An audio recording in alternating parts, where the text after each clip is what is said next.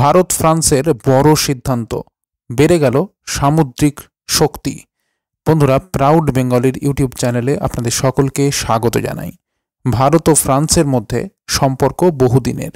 সাম্প্রতিক সময়ে দুটি দেশের বন্ধুত্ব নতুন উচ্চতায় পৌঁছেছে।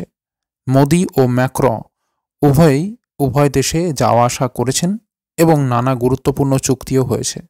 ফ্রান্স ইউরোপ তথা বিশ্বের অন্যতম শক্তিশালী রাষ্ট্র। তাই ফ্রান্সের সাথে ভারতের সুসম্পর্ক ভূরাজনীতিতে একটি নতুন মাত্রা যোগ করেছে। এমত অবস্থায় ভারত ও ফ্রান্স নিল বড় সিদ্ধান্ত, যার ফলে বেড়ে গেল ভারতের সামুদ্রিক শক্তি। বিষয়টি বিস্তারিতভাবে জানার আগে ভিডিওটিকে লাইক করে দিন আর কমেন্টে লিখে জানান ইংল্যান্ড ও ফ্রান্সের মধ্যে কাকে আপনি ভারতের বড় বন্ধু বলে মনে করেন। আর বন্ধুরা, ডেসক্রিপশন বক্সে আমাদের নতুন ফেসবুক পেজের লিংক আছে। পেজটিকে এখনই একটা লাইক করে দিন। নতুন কন্টেন্ট ওখানেও আসতে চলেছে। এবার ফিরে আসি বিষয়বস্তুতে। ভারত ও ফ্রান্স একটি আন্তঃসরকারি চুক্তি বা আইজিএ সম্পন্ন করেছে, যার মাধ্যমে ভারতীয় নৌবাহিনীর জন্য 26টি রাফাল এম যুদ্ধবিমান কেনা হবে। প্রায় 64,000 কোটি মূল্যের এই চুক্তির আওতায় 2028 সালের মাঝামাঝি থেকে বিমান সরবরাহ শুরু হবে এবং 2030 সালের মধ্যেই তা সম্পূর্ণ হবে। চুক্তির অংশ হিসাবে প্রশিক্ষণ, সিমুলেটর, সংশ্লিষ্ট যন্ত্রপাতি, অস্ত্র এবং পারফরমেন্স ভিত্তিক লজিস্টিক্স অন্তর্ভুক্ত রয়েছে। এছাড়া ভারতীয় বায়ুসেনার বিদ্যমান রাফালে বহরের জন্য অতিরিক্ত যন্ত্রপাতিও চুক্তিতে ধরা হয়েছে। নৌবাহিনীর পাইলটদের প্রশিক্ষণ ফ্রান্স ও ভারতে প্রদান করা হবে। এই চুক্তির একটি গুরুত্বপূর্ণ দিক হল দেশীয় অস্ত্র যেমন Astra, beyond visual range air to air missile Rafale বিমানে সংযুক্ত করার জন্য প্রযুক্তি স্থানান্তর। এর সঙ্গে রাফালে বিমানের ফিউজলাজ, উৎপাদন কেন্দ্র ও ইঞ্জিন, সেন্সর এবং অস্ত্রের রক্ষণাবেক্ষণ, মেরামত ও সংস্কার এমআরও সুবিধা ভারতে স্থাপন করা হবে।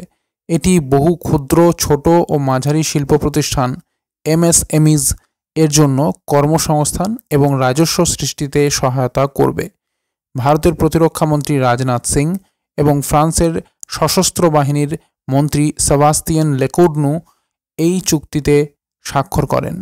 নৌসেনা ভবনে প্রতিরক্ষা সচিব রাজেশ কুমার সিংয়ের উপস্থিতিতে চুক্তিপত্র ও অস্ত্র ও বিমান সরবরাহ সংক্রান্ত দলিল ভারত ও ফ্রান্সের কর্মকর্তারা বিনিময় করেন।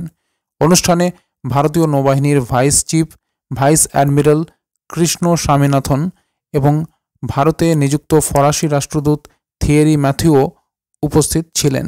চুক্তির সঙ্গে আরও কিছু G2B চুক্তিও সম্পন্ন হয়েছে।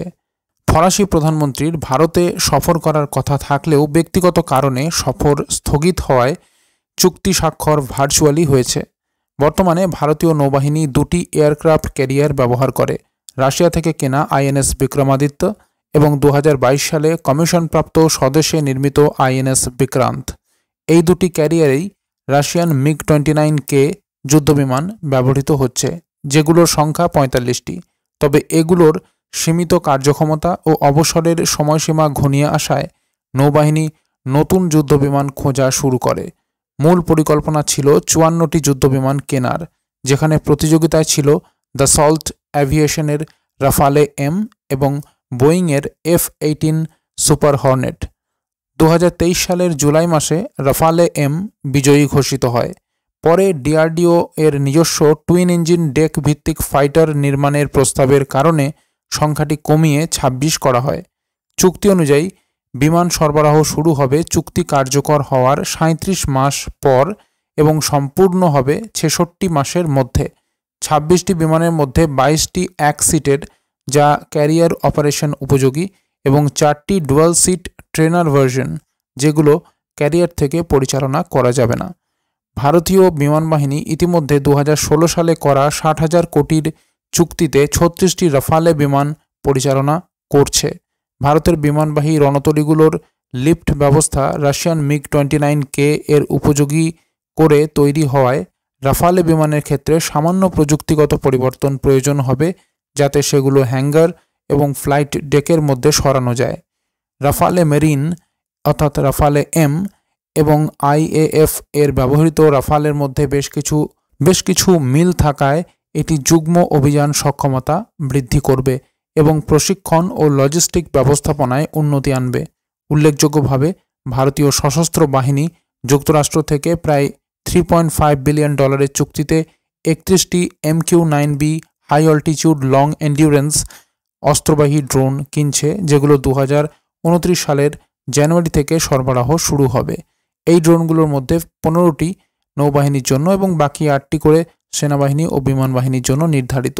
সরবরাহ 2029 সালের জানুয়ারি থেকে 2030 সালের সেপ্টেম্বরের মধ্যে শেষ হবে। তো বন্ধুরা, এই ছিল গুরুত্বপূর্ণ খবর। বন্ধুরা, খবরটি যদি গুরুত্বপূর্ণ মনে হয় আর ভালো লেগে থাকে তাহলে অবশ্যই লাইক এবং শেয়ার করতে ভুলবেন না, আর চ্যানেলটিকে সাবস্ক্রাইব করে রাখুন এই ধরনের গুরুত্বপূর্ণ খবরাখবর সবার আগে পাওয়ার জন্য। আর বন্ধুরা, সকলেই কমেন্ট বক্সে লিখে জানান ইংল্যান্ড ও ফ্রান্সের মধ্যে কাকে আপনি ভারতের বড় বন্ধু বলে মনে করেন, লিখে জানান কমেন্ট বক্সে। আর বন্ধুরা, ডেসক্রিপশন বক্সে আমাদের নতুন ফেসবুক পেজের লিংক দেওয়া আছে, পেজটিতে গিয়ে পেজটিকে লাইক করে দিন, সেখানেও নতুন কন্টেন্ট আসতে চলেছে। তো বন্ধুরা, এখনকার মতো এই পর্যন্তই। সবাই ভালো থাকবেন, অসংখ্য ধন্যবাদ।